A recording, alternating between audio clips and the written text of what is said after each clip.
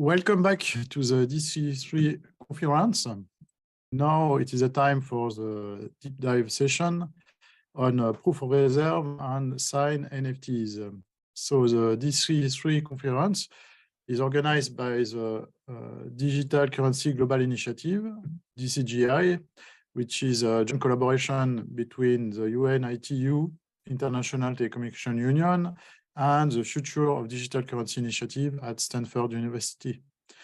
I'm Jean-Marc Seigneur, Director of the Blockchain Certificate of Advanced Studies at the University of Geneva, and I lead the stablecoins, decentralized finance, DeFi, and NFT workstream as part of the DC³. So DC³ has also other working groups working on, for example, policy and governance, architecture, interoperability, and use cases.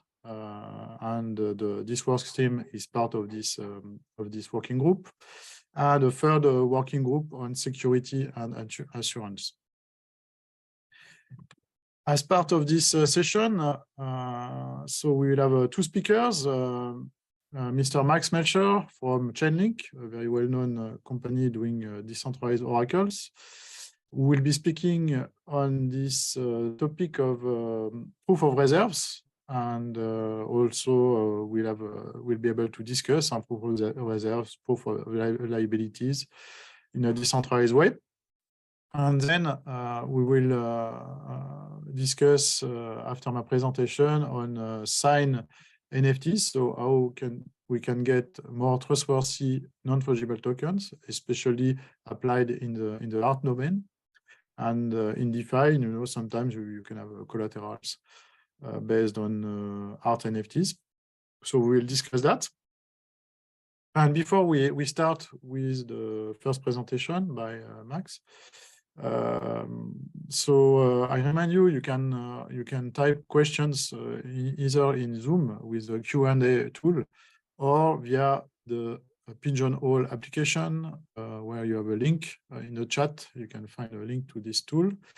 And so you can type your questions, and we will try to answer them after we have presented our two presentations. So we're going to start with Max, the proof of reserve presentation. So Max, the floor is yours. Excellent. Well, thank you, Jean, and thank you to the DC3 organizers, the J, and the rest of the team for setting up this conference. It's really a privilege to be speaking here. My name is Mac Melcher. I'm a solutions architect and go-to-market lead for a solution at ChainLink called ChainLink Proof of Reserve. And today I'm going to be taking some time to explain what ChainLink is, go into detail on Proof of Reserve, how these feeds are built, what security they provide, and a bit into what we see the future of Proof of Reserve looking like. So just to cover bases here, we'll start off by asking, what is ChainLink? This is a question I asked myself in 2017 when the initial white paper came out. There's been a lot of talk on blockchain here, and I'll assume there's a decent understanding of how they operate. But for those who may not be as familiar, one of the great limitations of blockchain is their ability to access real world or outside data. Part of the inherent security principles of these networks is these validators communicate peer-to-peer. And they limit their interactions with the outside world. However, a lot of the smart contracts and the potential for smart contracts really depends on this external data. So what ChainLink is, it's a decentralized Oracle network, which takes information from off-chain, comes to consensus on it, and writes it on-chain into smart contracts. So this can be everything from weather data to sports data to market data, and proof of reserve data, as we'll talk about today. ChainLink is the industry standard for Oracle networks. And as we'll learn in just a minute, we've expanded to more than just simply data feeds. Who we are, so I am a solutions architect, as I said, at ChainLink Labs. So ChainLink Labs is the organization building the ChainLink protocol. Today, we're a team of over 400 researchers, developers, and specialists in blockchain. And we help protocols, data providers alike connect and leverage the ChainLink network to increase the utility of smart contracts. So I'm going to take a minute to talk about ChainLink solutions. I did mention data feeds at the very beginning.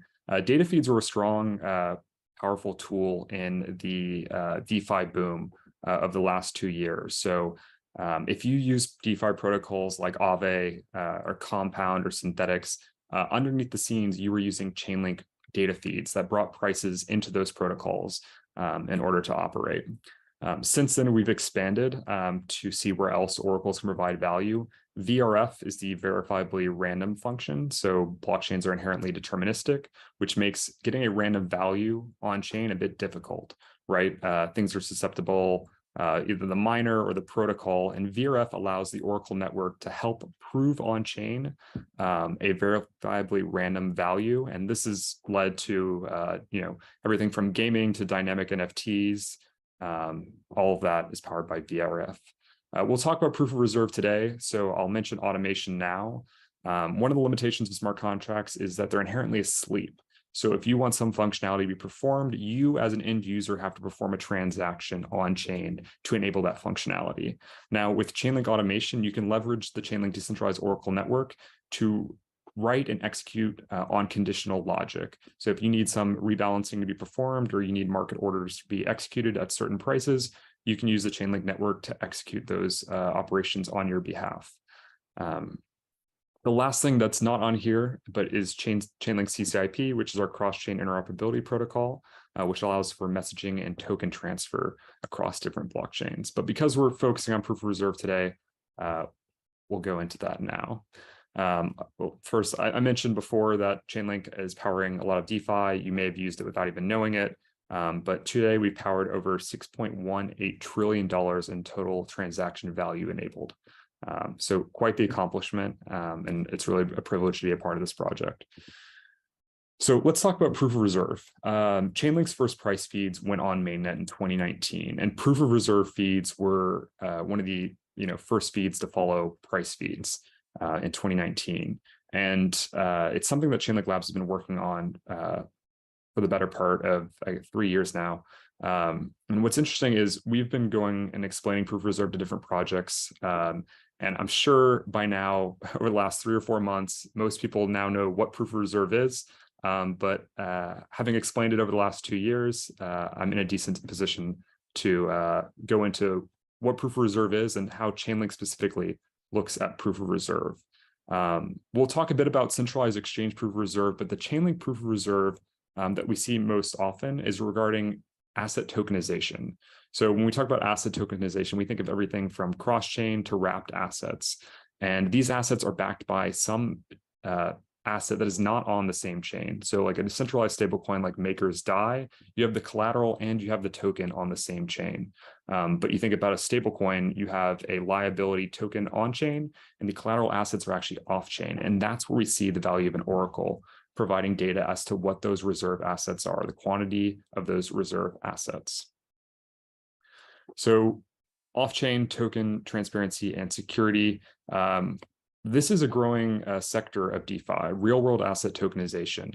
Without real-world asset tokenization, blockchain becomes a bit of a circular economy. So we've seen a lot of interest. Stable coins are by far the biggest real-world asset that's been tokenized.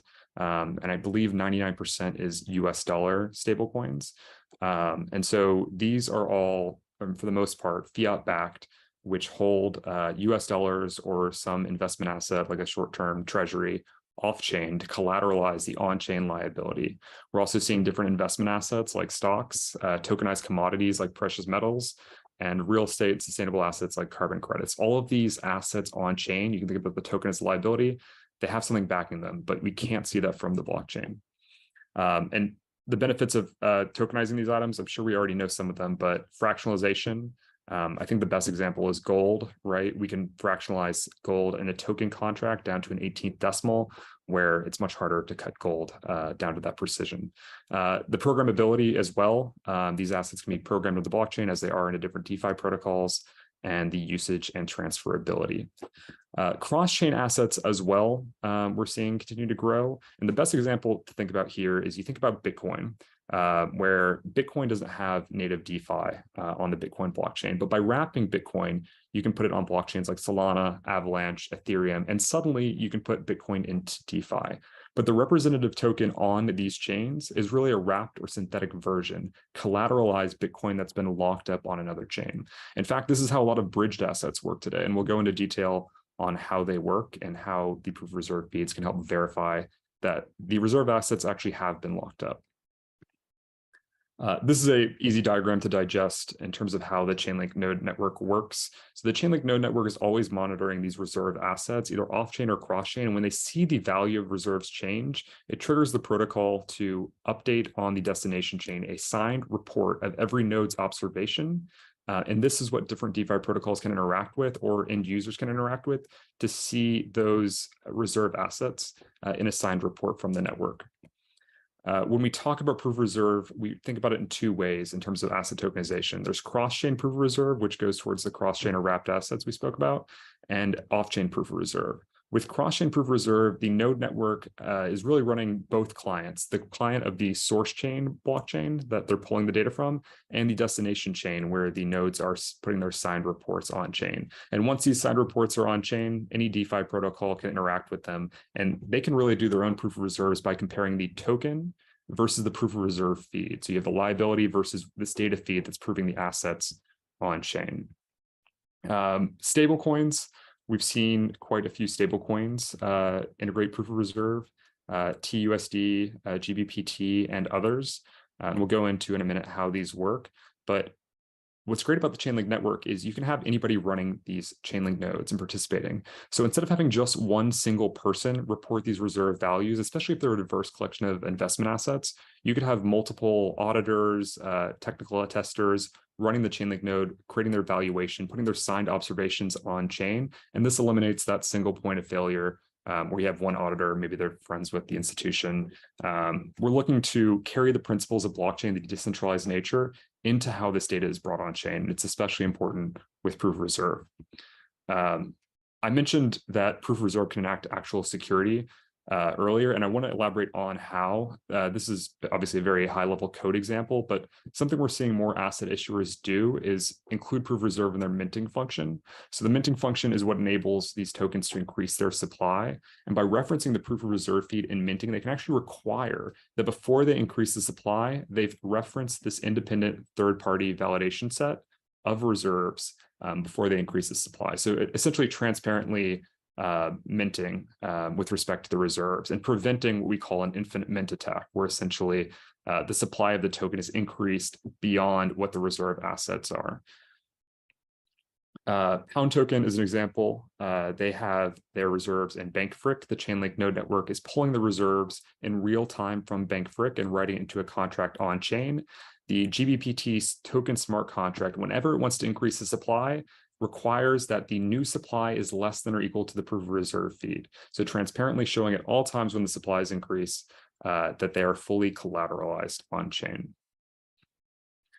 When we think about who this helps, we really classify it into three categories. First of all, for asset issuers, it allows them to show unprecedented levels of transparency. They can show on chain in real time that yes, they have the assets they say they do, and they are not attesting to it. They have a third-party set of nodes that are signing their observations and testing to this.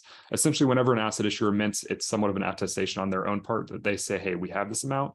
This allows them to transparently show it's not just trust us. They can have an independent decentralized Oracle network attesting as well. What we're really excited about, though, is the security it brings for DeFi apps and developers. And I think where there's some criticism leveled at proof of reserve is that, maybe it's a marketing exercise and the actual utility is not there. With on-chain proof of reserve that ChainLink provides, DeFi apps like Aave and Compound can actually check that the assets they're accepting into their platform as collateral assets are fully collateralized. So before you allow someone to take out a loan against a given real-world asset, they can reference a proof of reserve feed and ensure that loan is fully collateralized. And this matters not just for someone taking out a loan, but in a lot of these DeFi protocols that are multi-pooled, if one asset is affected, it has the potential to create bad debt and essentially affect other users who are simply depositing their tokens and generating yield. And so that leads us to our third ecosystem participant that we're protecting, which is the DeFi participants themselves, right? We want to make sure people have a good experience interacting with DeFi, and it's additional advancements in security like this that help give peace of mind. I mentioned cross-chain proof of reserve, and I think it's relevant to touch on this a bit more, especially after the year we've had. A lot of big headlines, and really not all for the best reasons. A little over 2 billion in bridge exploits last year alone. And so we've seen a lot of these. We've worked with a lot of protocols who've unfortunately had collateral effects of these exploits. And so I'm going to walk through a bit about how proof of reserve tackles the cross-chain problem, and what it can do to secure both asset issuers and DeFi protocols. So when we think about bridging assets today and how they exist, there's two main forms that we talk about. There's minting and burning, which is essentially where you, if you're transferring one asset across chain, you burn 10, for example, on blockchain A, and then you mint 10 on blockchain B. So the token supply across chain should be essentially constant at all times, or roughly constant. This isn't always possible. If you think about like a wrapped Bitcoin on Ethereum, you can't burn and then remint the Bitcoin. So what happens a lot of time is you have these lock and mint bridges.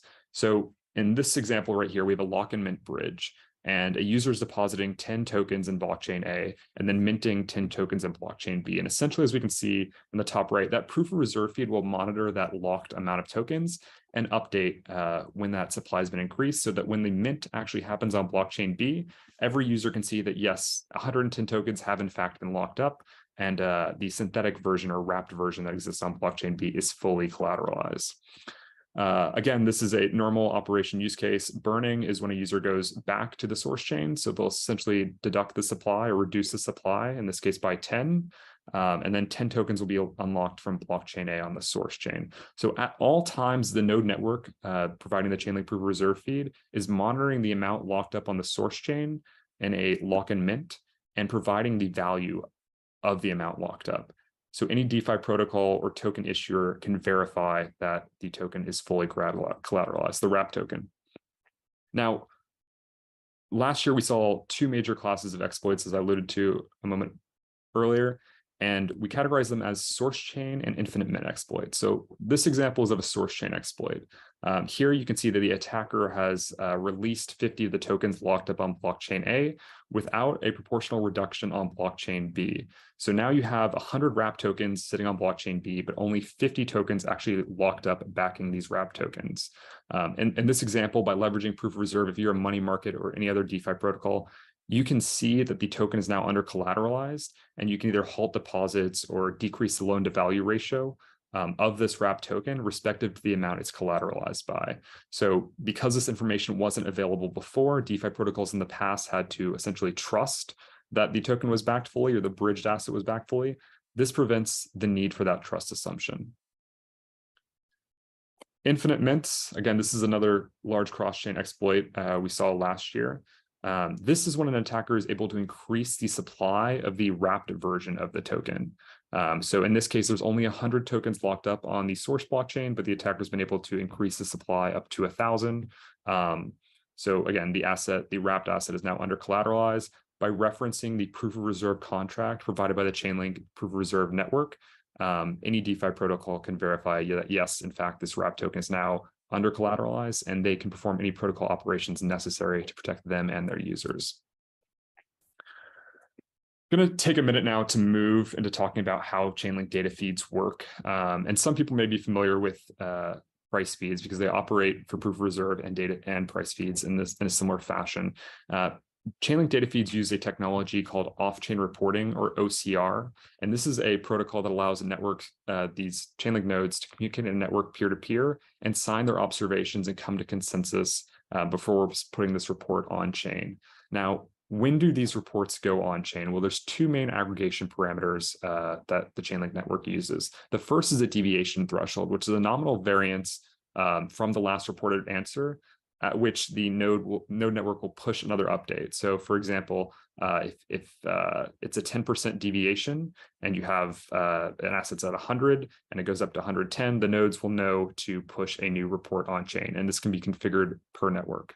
The other is the heartbeat threshold, which is just simply a time-based metric that allows a regular freshness or staleness prevention check. And again, this is configurable per ChainLink Decentralized Oracle Network, or DON.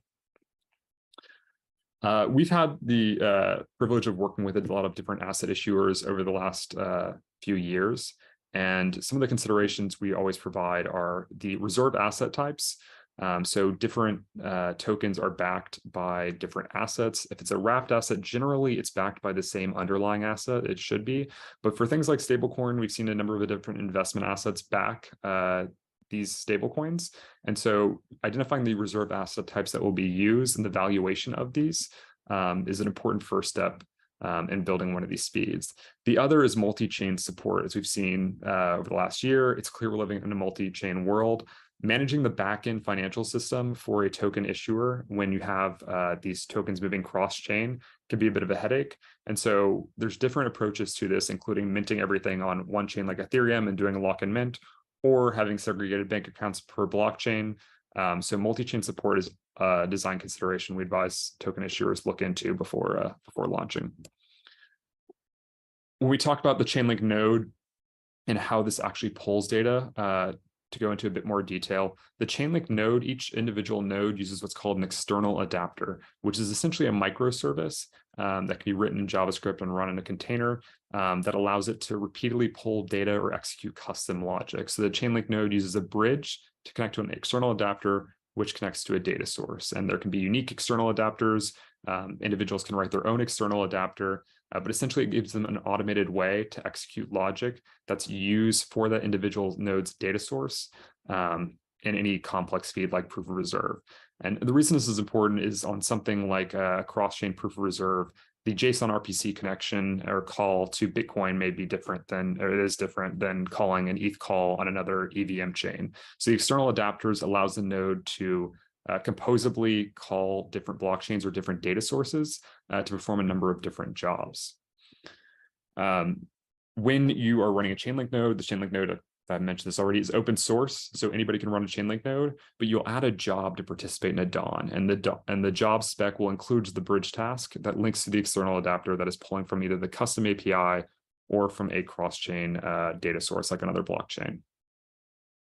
Again, we have great developer documentation, so if I'm not clear, please refer to the documentation we have available. Lastly, I was asked just to kind of provide some steps to building a proof of reserve feed. It always starts with the data source. So, traditional finance audits can be, quarterly or monthly, but it's quite a contrast to the decentralized stablecoins, which in real time anyone can audit. So we are really pushing for more real-time data sources to any proof of reserve feed. Or token that wants proof of reserve feed. And so identifying the data source, some cases there's one custodian, in many cases a token issuer has multiple custodians, and getting those and making sure they have API access is key. Once that's done, node operators and ChainLink Labs can help build external adapters, which is what we just spoke about.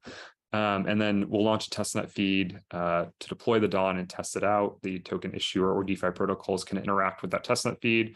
We can nail down the aggregation parameters, and then we will launch the feed on mainnet. I've done a lot of talking. We do have great documentation. We have a website here, chain.link/proof of reserve. If you're interested in learning more information on how ChainLink proof of reserve works, specifically with on-chain proof of reserve, please feel free to visit the site, read our documentation, or reach out. I'm happy to answer any questions. And yep, that's it. Thanks a lot, Max, for your presentation. So as I said, you can use the Pigeonhole to write your questions. We are going to present now trustworthy NFTs, and then after we'll have the question and answer session. So let me share my screen as well. Alors, so, okay, sure.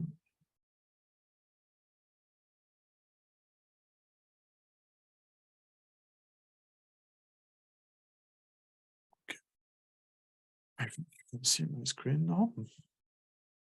Okay, so non-fungible tokens, NFTs, have gained a lot of momentum since 2021.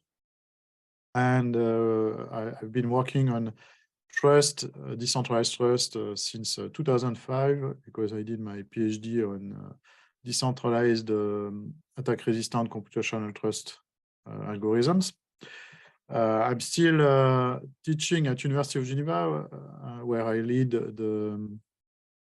what we call the Certificate of Advanced Studies on Blockchain Development and Decentralized Finance. It's an online course that can be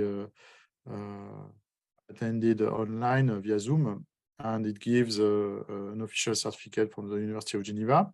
I've also started to look at the trust in NFTs, because as you will see in this presentation, a lot of issues are still existing.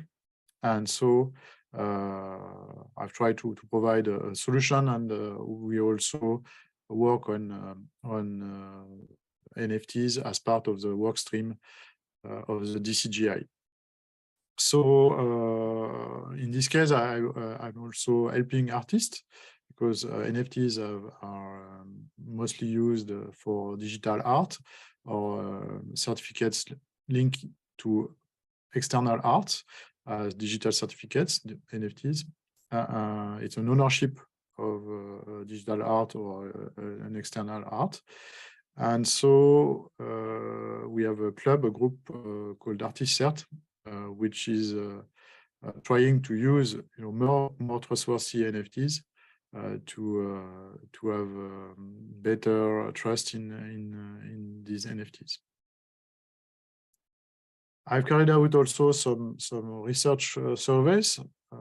For example, in September 2022, we carried out a survey over 1,800 Americans, so it's a statistically valid survey. We ask a number of questions on the trust of Americans in NFTs. And for example, here, as you can see, we ask, have you already bought an NFT?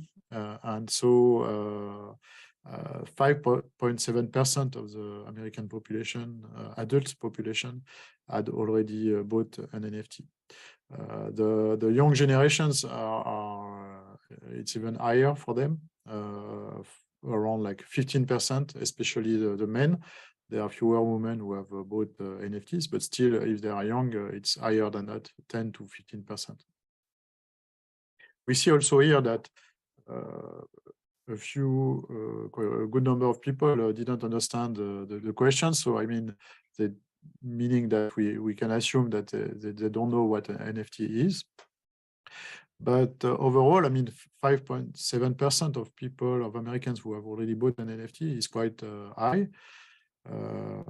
for this starting, market.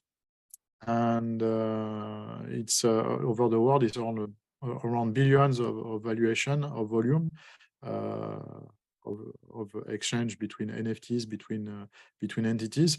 So the market has grown a lot since 2021 mostly.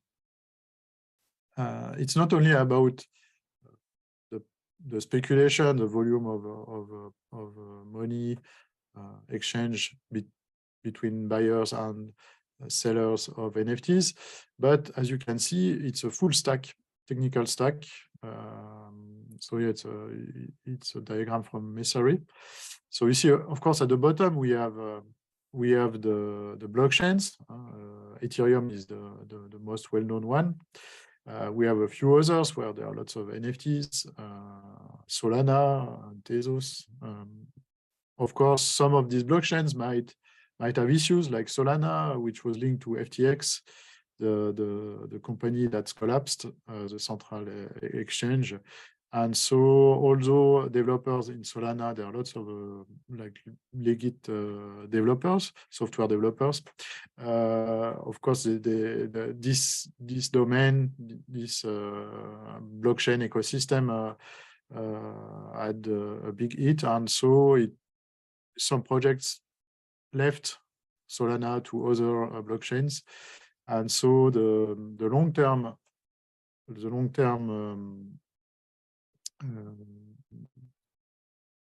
validity of an NFT on Solana may be questioned.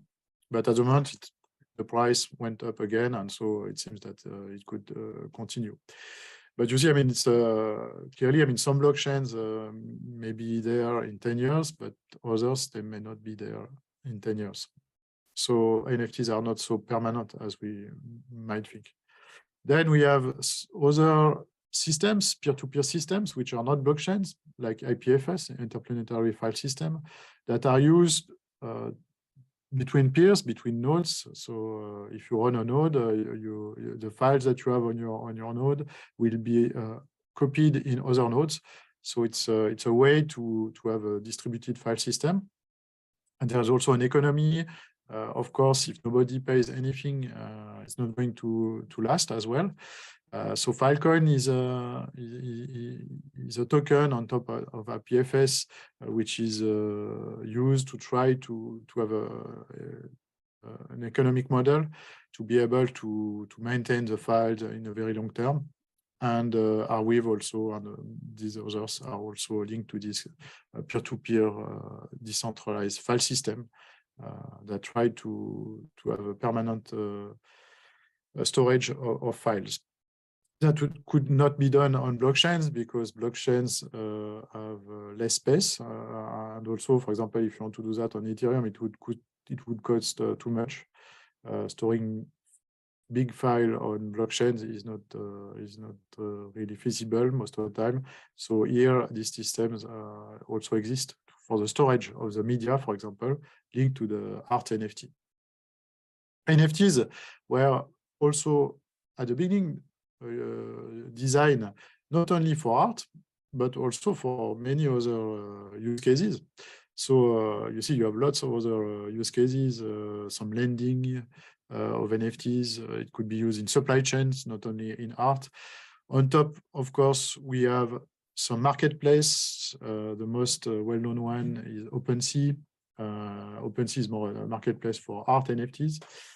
So lots of different layers and lots of providers, technical providers. So it's not only about speculation, it's also about a lot of technology innovation. But speculation is a big part of it, of course, for the buzz that it created. And here there's a study showing that, for example, of course, there were billions of trading volume of NFT, but researchers, Ildobi, found that actually half of the trading volume was what we call the wash trading, meaning that it was kind of fake exchange between buyer and seller. For example, the buyer and the seller is the same, and they were only transacting between accounts owned by the same entity. So it increases theoretically. I mean, if you don't look at some kind of attacks, you could think that the price increases, but the entity who buys is the same entity who gets the money. So overall, I mean, this is not a real transaction, and these were not really taken into account before some further research. So NFT, if we look more at the NFT definition, then here, for example, you would have Alice, who was a cryptocurrency, 1 Bitcoin, and Bob, who has also 1 Bitcoin, and they also have 1 NFT, so which is a non-fungible token, meaning that at the difference of a Bitcoin, that can be, you see, Bob can send the Bitcoin and Alice send the Bitcoin.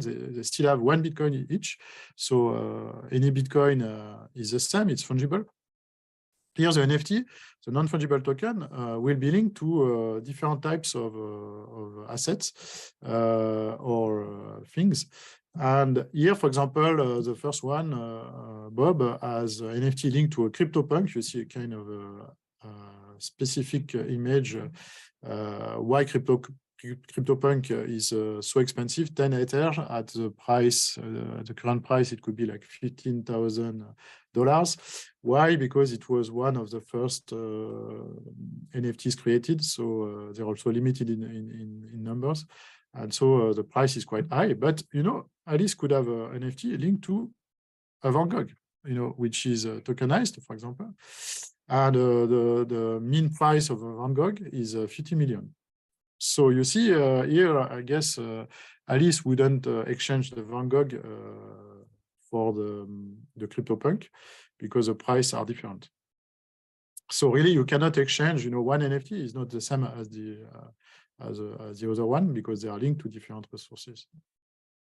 If we look more at the detail, for example, we have a de facto standard by Ethereum, the Ethereum Foundation, so that leads most decisions and extensions of the Ethereum virtual machine, with also standards in smart contracts. So here we had a proposed standard, let's say, for creating a non-fungible token on Ethereum, ERC 721. It started in 2018. And so here you have the smart contract in a rectangle. And so you will have the smart contract will be deployed on Ethereum. So it has a specific blockchain contract blockchain address, so which is static because the contract is deployed on this address. Then you have a number of NFTs in this contract, and usually it's an integer, a big number. Each NFT has a number, and then of course when you have the NFT 1, 2, 3, 4, the identifier will never change. So if you have on Ethereum the contract address and the NFT, it's a unique identifier for your NFT. But of course, in this standard, there are other fields. You could put, for example, a URI, so which is a web address, let's say, could be other types of storage, but let's say it's a URL, a uniform resource locator, a web address most of the time. You see, in the standard, in Ethereum, it was mutable, meaning that it can be dynamic, it can change.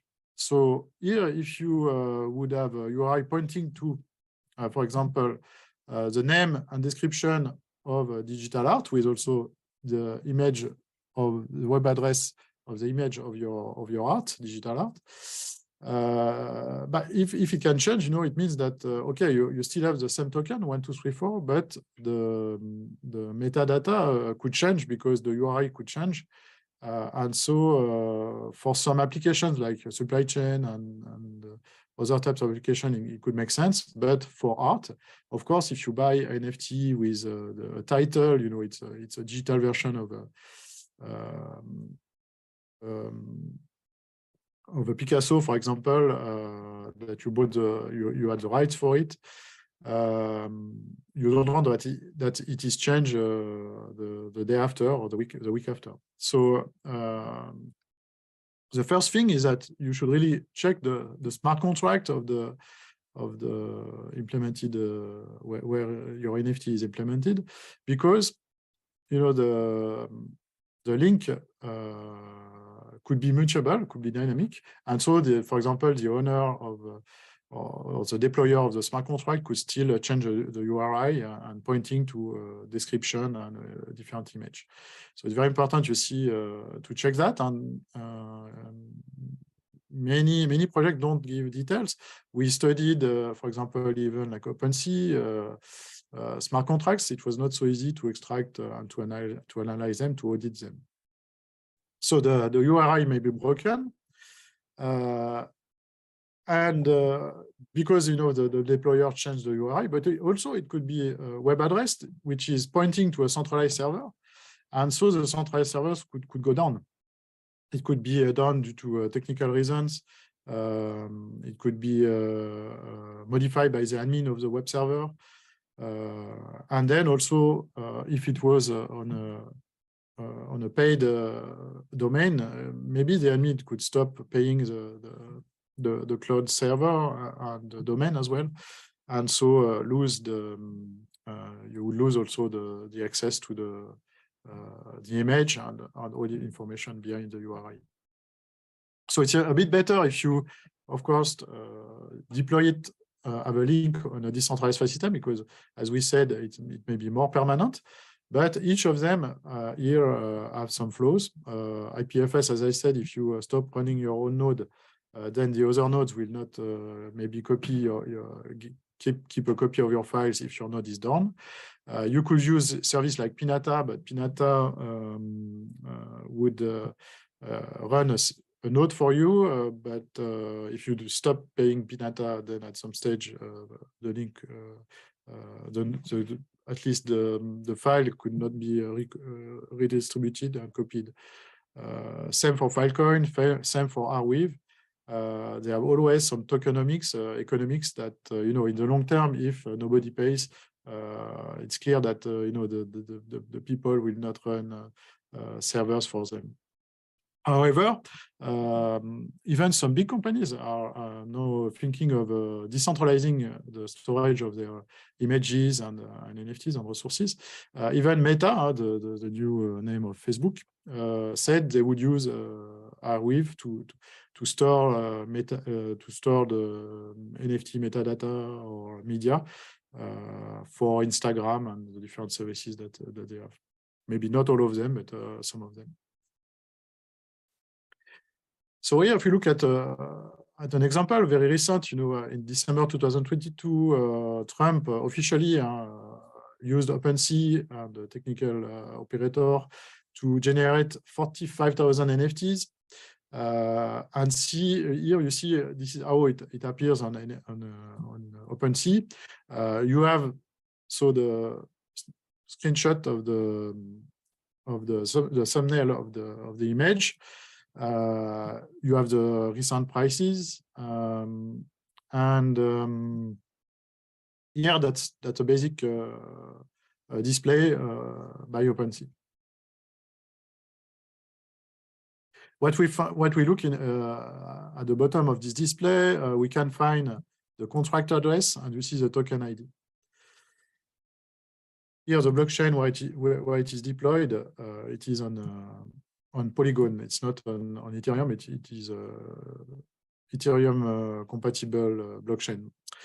The good thing already in the description is that they have a links to specific license terms for the buyer and the owner of the NFT, because also you see in OpenSea, if you don't add a specific license in the description of the NFT, you don't know what the rights that you have as an owner.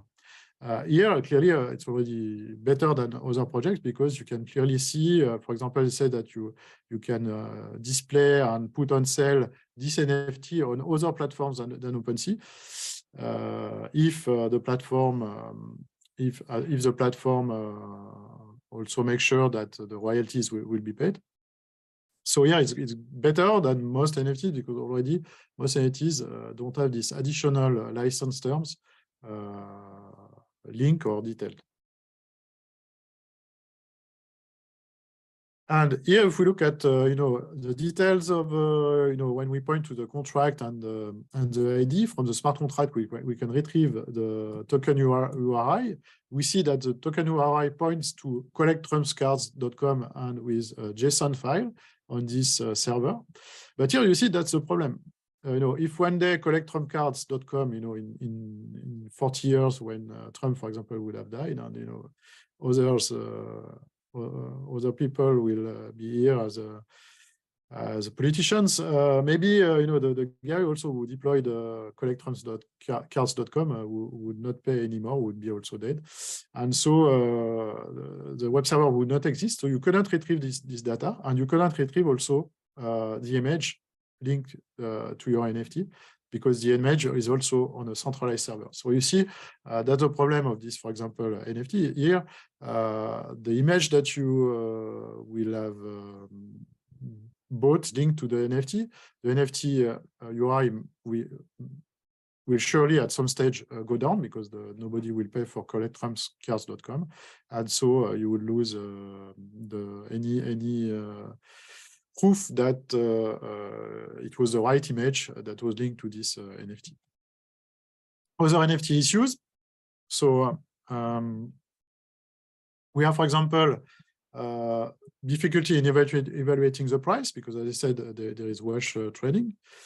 So then after, sometimes it's used for kind of money laundering because, for example, you create 10 NFTs. You are not an artist, but you create 10 NFTs. Someone of your friends buy one of the NFTs, like $1,000. you still have 9 other NFTs worth $9,000 because already someone bought one for $1,000. And so what you could argue to your tax office is that you would give the nine to other people, so you could decrease your taxes because you said you had $9,000 in NFTs that you gave to other people. So it's sometimes quite used in the real world for artworks, but here you see it also can be used in the digital world. Of course, it's risky. Another point is that you know, even like when we had the Trump account on OpenSea, we have the website. He says that he has a real connection with Trump, the official Trump, but there is no legal certainty. I mean, that this is the case, and so there is no the art NFT has no digital signature, really proving that this is an original work from a real artist. So there is no signature as you can find in the physical world. And then also there is no details about the rights, the obligations, and artist written rights and commitments, because most of the time there is no license terms. In OpenSea, most of the time there is no license terms, and so this is another issue. So we started to think about how we could add an artist signature to NFTs and also specific license terms that would be legally valid from, I mean, legal point of view in different jurisdictions. And so the idea here is that also it should be easy for the end users to understand, you know, what is signed. So we thought that the easiest way was to create a document that would be digitally signed with existing solutions that are recognized legally. So we have in the EU and Switzerland what we call qualified electronic signatures, meaning that a person, the artist, goes to a provider. So, for example, in artist certs, the provider is Swisscom. There will be a face-to-face check by Swisscom of the face of the user. It will show also an ID. And then after, he can sign or she can sign a document digitally. And from a law point of view, this is recognized as handwritten signature, meaning that it's like the artist had signed the document. So in the document, we put very specific details to be sure that, for example, we know all the license terms. We know we say, okay, I signed that, I'm the artist, I signed that this NFT on this blockchain on this smart contract, and this token ID that will never change is an original work of mine. You could store also other things for example, to prove further features, like you could have a lower resolution image to facilitate really for the buyer what is signed. And also we saw that it was even easier if the document is a PDF, because most of the users have access to Adobe Reader. And so in Adobe Reader, you have also even a signature check. When you open the document, you have a signature check, and you can check that this is a digitally valid signature. So that's what we said. So we have a document with all the information, and if you want to facilitate the user check, then you would have a link to this the PDF in the NFT metadata, and also you would store this. You would store the metadata and the document, and also ideally the media on IPFS, to be sure that there is a trace. And also the good thing with IPFS is that IPFS store documents based on the hash of the content. So if you store an image on IPFS and it's not stored anymore, but then after you restore it, it will still have the same link, the same hash, so you could be able to prove further things if it's used on IPFS. So a number of other things I will not detail, but of course we are always trying to improve it, and the idea is also to work as part of the work stream to really define the major fields and the required fields and the optional fields. So final thing, you could even just have the ownership of an NFT with just the ID. So you are the owner of the NFT, but the metadata or the document is not on. There's no link on the blockchain or even on IPFS. And if you are the owner of the PDF, you are sure anyway because it's legally signed that it was an original work of such artist. And so we could have a private signed NFT. Because you could have you could just use the blockchain to transfer the NFTs to avoid double spending. So to transfer the ownership of the NFT, but no metadata in the NFT, but still be able to prove that you own, for example, Picasso, because in the PDF it says, okay, this NFT here with such ID is signed by the not Picasso because he's dead, but the institution who manages the works of Picasso. So here we have an example.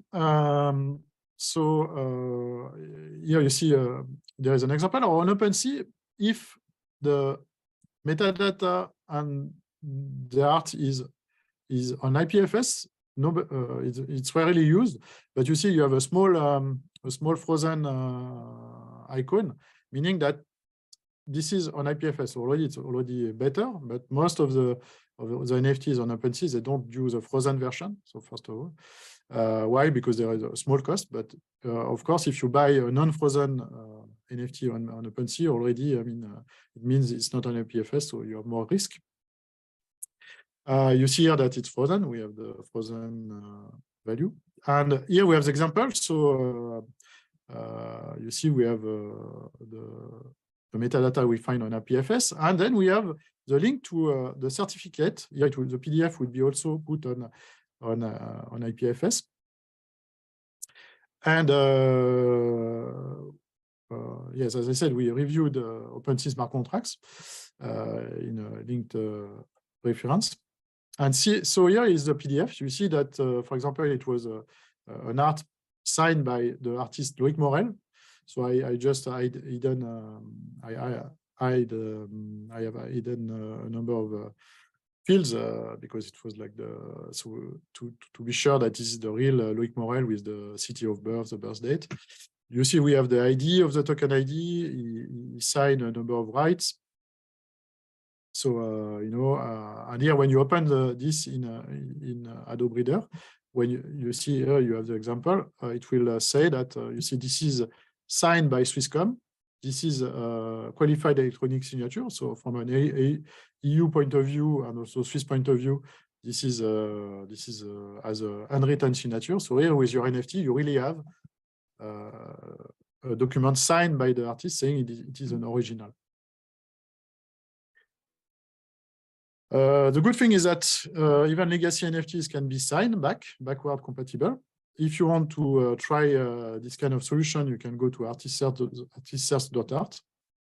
We are moving to a Web 2 version where there will be also a smart contract and possibly a decentralized autonomous organization to be able to have an ecosystem of signed NFTs.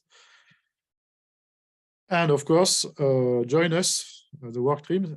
If you are interested in NFTs, you have solutions, and you want to contribute to the DeFi and NFT work stream, you can join us as part of the DC3. A few links. Thanks. So that was my presentation, and now we are going to move back to the questions. Okay, so please, could you share the questions?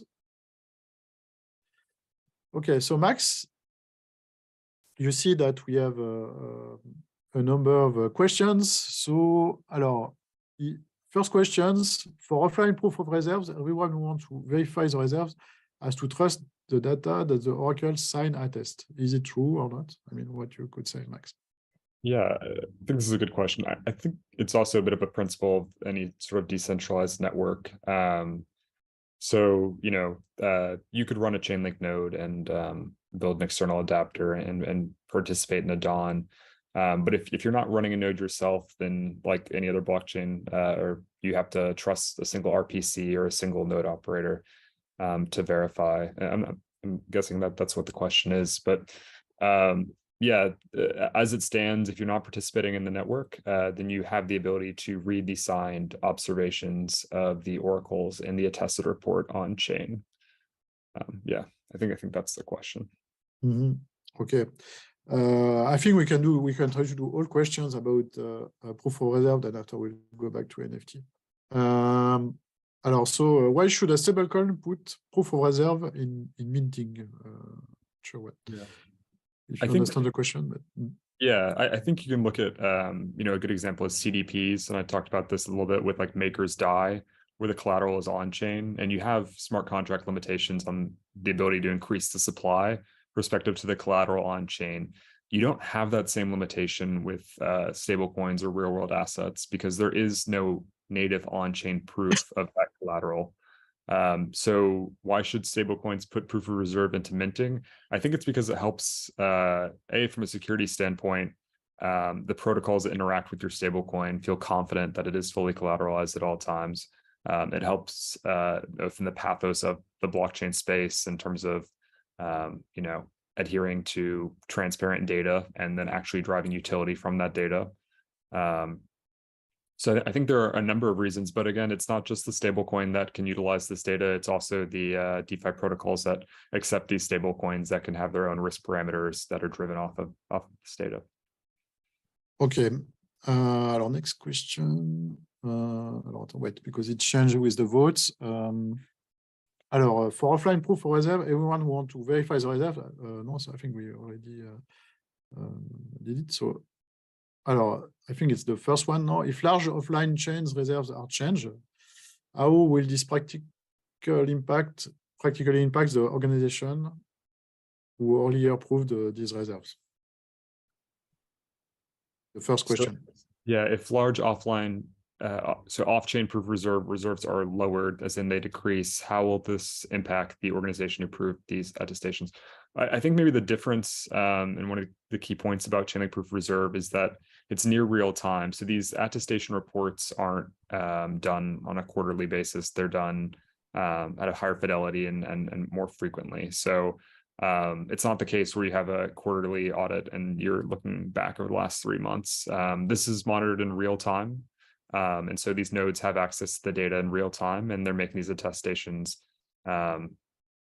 as low as every 2 hours on chains like Ethereum, and faster than that on maybe less expensive chains. So the point I guess that this protects against is that if the reserves change, you should get that update in real time. It shouldn't be something that needs to be analyzed in the rear. Okay, so one easy question: are there any stablecoins currently using proof of reserve? I mean, your solution. Yep. So there's GBPT, which is a pound token stablecoin on Ethereum, and then TUSD. It's about $1 billion stablecoin on 4 chains, is nearing the final stages of their integration to proof of reserve. And there's also, depending on how you define stablecoins, there's a tokenized gold project, Cash Gold. I think that maybe the number 3 gold project, tokenized gold, and they have in their minting function proof of reserve.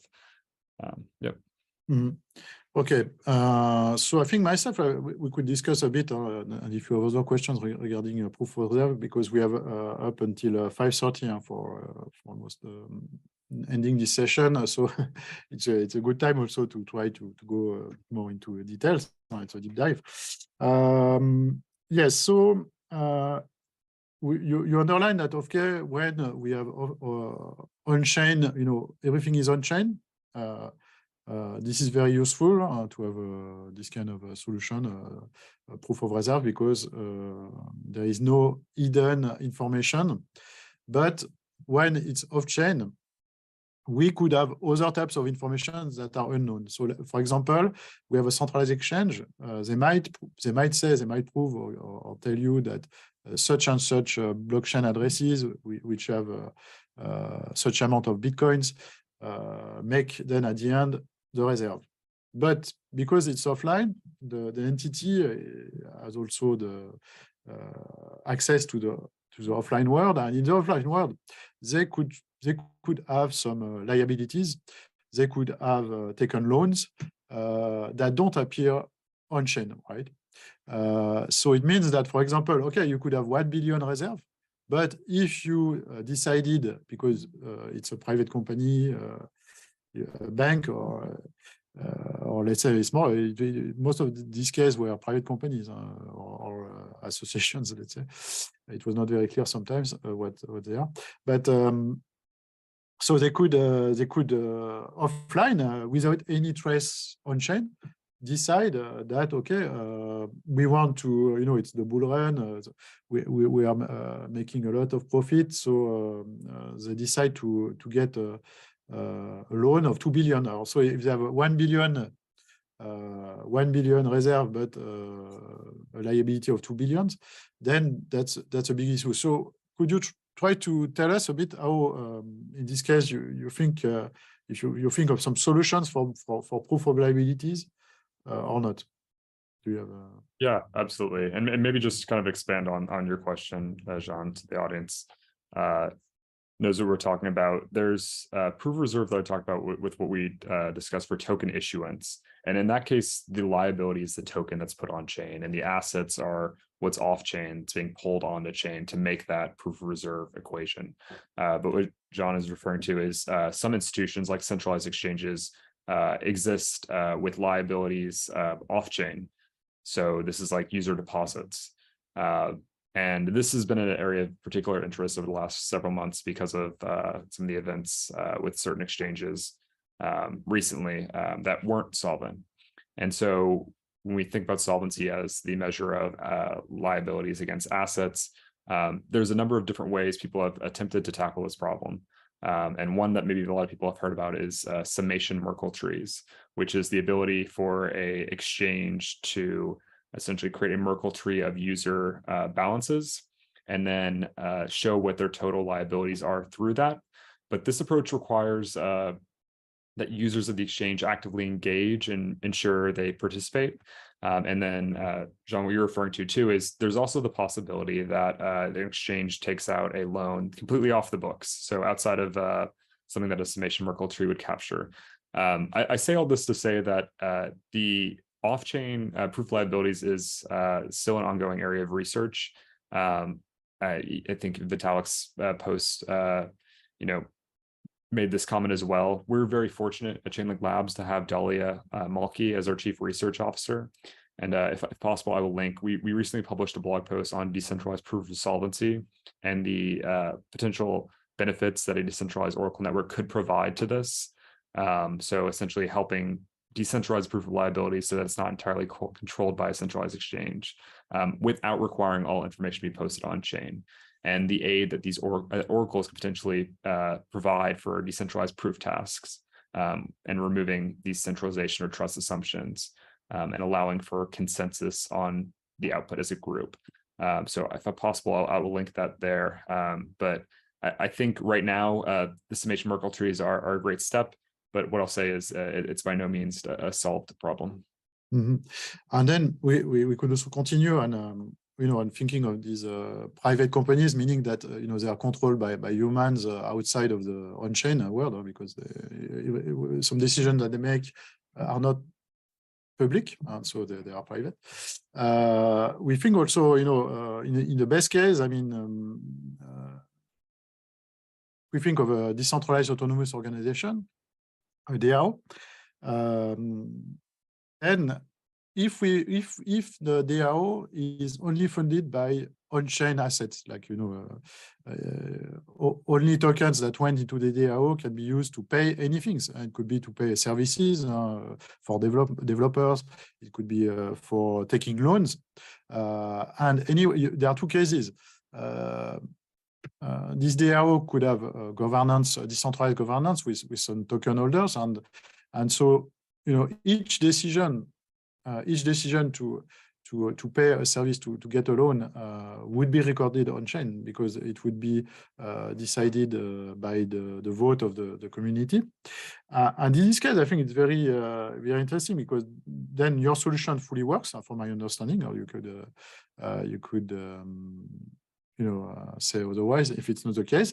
But then if everything is on chain, if we have a DAO, all input in the, any money in the DAO goes through tokens and goes out through tokens and decisions. In this case, this is a bit of a perfect world, because then we don't have unknown liabilities, right?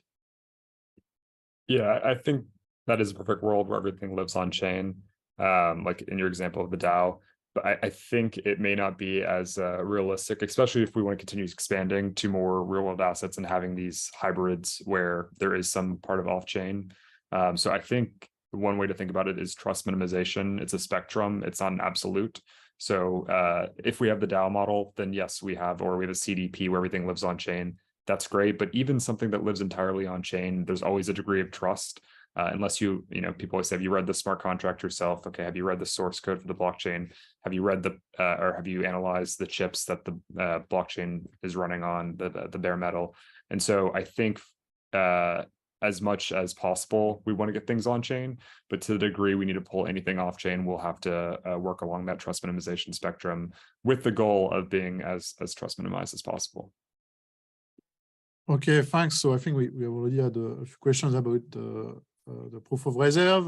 Now we can try to look at the questions on NFT. So for example, at the bottom left, we have for the signed NFT solution, how much more data will be needed to be stored on chain, on Ethereum or other needed chains, any estimated cost?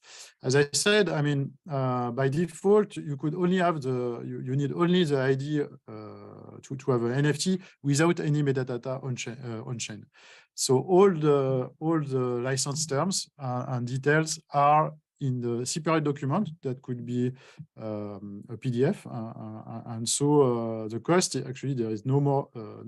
There is no additional cost, and it can be also backward compatible for some NFTs that have no signed documents. They could also get signed documents by the real artist.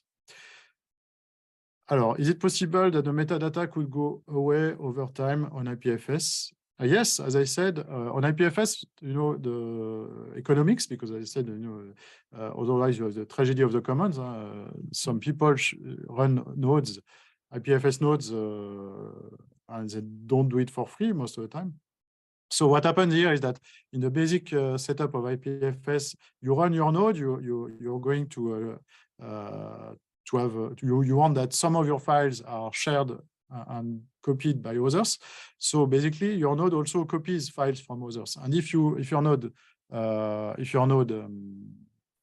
goes down, at some stage, the others will say, okay, he's not sharing anymore, so they're not going to copy your files anymore.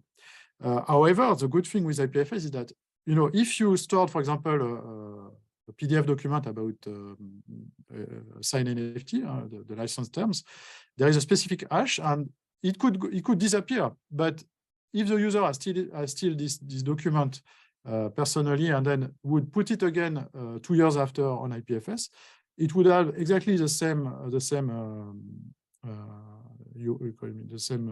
pass and file name, hash name on IPFS. So you can still prove forever. I mean, as long as you have the PDFs or the signed documents, you can go back and put them on IPFS. You can prove that it was the same document with the hash. What do you think about the high gas fees for NFT, especially chain? Is there any good solution? Also, then after it's a trade-off between if the blockchain will survive the bear markets and will be still there in the long term. So of course Ethereum is a bit more expensive. Basically you have Polygon that is very compatible with Ethereum but less decentralized. So yeah, so I mean, for example, the fees on Polygon are less. But then again, the signed document will not add other gas fees because you can do it without a blockchain. And that's also the good thing is that even, for example, Solana blockchain dies and you had you would have had signed NFTs on Solana, you could still prove that what was behind the NFT and what was the digital art and with a real official signature. So it's also, from this point of view, a good solution for blockchains that are not so, that might have issues to survive in the long term. What are the differences between signed NFT and soul-bound tokens? Alors, so soul-bound tokens, for people who don't know, means that, for example, you have a blockchain address and somehow this has been linked to a user identity, and your token will be bound to this blockchain address and to the identity. I mean, there are different variants, but it's more like the token cannot move from the blockchain address, which is supposed to be only owned by a specific human soul, a human soul, one human. Here, actually, we don't need that because this is a document signed by the artist, and the good thing is that it's already from a regulation or legislation law point of view, it's already accepted in the real world, because also, you know, soul-bound tokens and so on, they are things created by the crypto community, and I think there is a very long path before this is legally valid. Qualified electronic signatures are already accepted by law in Europe and Switzerland, and so the good thing, at least here, is that if you go into a legal trial in the real world, this is really signed, it is legally valid. So you don't have to say yes, but this is a soul-bound token. You know, the judge, if he doesn't know anything about blockchain, you know, soul-bound token is not in the law. Qualified electronic signatures are already accepted by law. So if you have a document which is signed by an artist, you are with the terms, the specific terms, you are sure you can. I mean, you have a legally valid document. So you don't always need to build a very complicated blockchain solution when in the real world you already have a legal solution. I think most of the questions have been answered. Yeah, I think that's we answered most of the questions. Any final questions? You can still via the question and answer ask other questions. So, let me check the question and answers because I saw the no more questions. What are the dangers of not using proof of reserve? So for you, Max. Awesome. I think we may have touched on this, but you know, I think one thing to call out is the bridge exploits and not using proof of reserve there. Just because you know, I'll give an example. If you're on Avalanche and you're participating in a money market, and you are depositing like a native token like AVAX, it's not wrapped, it's native to the blockchain, and you're collecting passive yield on that deposit asset, you are still subject to the risk of bridged assets on that platform, because if one of these bridge assets is exploited, then people can continue to deposit it and pull out your native AVAX, and that gives the protocol bad debt, and ultimately that could lead to the loss of funds. So the dangers and the risk of not using it is exactly that. It's bad UX and experience for users. It's risk of losing funds. And I think that's certainly, as a community, something we want to focus on fixing in 2023. Yeah, I think we have another question. Yes, so then, do you think that providers of proof of reserve, I mean, attestation, would be regulated at some point?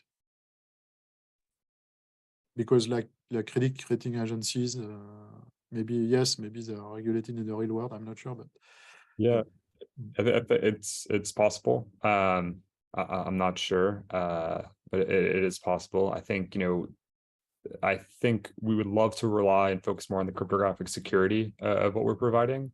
Having said that, there are a number of node operators who have different accreditations in like the auditing world and so forth that can participate in these DONs.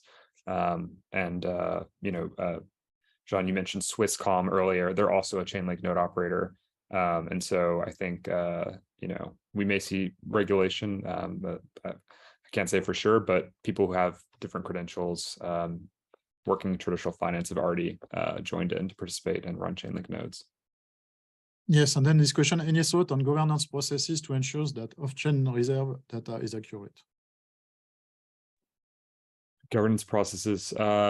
So I think any thought on governance process to ensure that off-chain reserve data is accurate? Yeah, so different custodians are held to different standards depending on their jurisdiction. For us, the ChainLink node operators pull data and value it through their external adapters. Governance process, one of the things we want to focus on, at least for proof of reserve, is attestations of independence to ensure that token issuers and the data providers are separate and there's no conflict of interest. But I think this may continue to develop. Okay, thanks for your answers. So if there are no more questions, maybe it's a time to wrap up. So basically, I mean, what is clear is that and people, it's a bit strange because some people are excited about proof of reserve. Either they think it's useless, or they think it's a good step forward. But we see that for on-chain situations, as we said, like the ideal DAO and other services, DeFi services, if everything is on-chain, we don't have hidden information off-chain. This is it improves the service, decentralized finance service. So this is really here. It's clear. I mean, we can take away that for off-chain proof of reserve, even if, I mean, we don't really have proof of liabilities, because if everything is on-chain, at some stage, even we could have, in addition to the proof of reserve, as a subcategory, some proof of liabilities, because we could find something on-chain, right? So yes, this is, I think, I mean, at least we could underline this is positive. For off-chain, of course, then when we have hidden information in the real world that could impact the trust, then it's really a trust issue. And so it's more risky. So as we said, and as you said, Max, even our chain, we must be careful, of the bugs that a smart contract could have, and etc. But at least on chain, proof of reserve is clearly positive. When we have off-chain information, then it is not the only information that should be taken into account, because many hidden information could make it useless, right? Okay, so and for NFTs, signed NFTs, we have seen that it improves the number of flows of legacy NFTs, and that this approach can be backward compatible.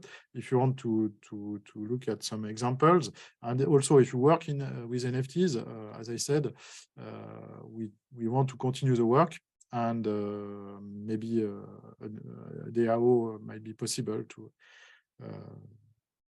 extend it also with a smart contract. Okay, so thanks a lot for your presentation, Max. Thanks for the audience. Thanks for the ITU who organized this nice setup. Tomorrow we have another day of the conference. You can join. There is a mailing list of the DC³. So if you're interested to follow up with DC³, you can join the mailing list. You can even join the real work that we do in different working groups. As I said, here we have a work stream on stable coins, DeFi, and NFT. And so, Max, I think I hope we can continue to work on this for the next report, and also bring our in the audience if we have some centralized exchange. We try to contact Binance. We try to contact Kraken, which is quite advanced in this. And the ITU is made for moving towards standards, so it would be a very good occasion. So join us at the DC³. Okay, and then just after we say goodbye, you will see a slide showing the next day sessions that will be presented tomorrow. So thanks everybody, and see you at the next conference. Bye-bye.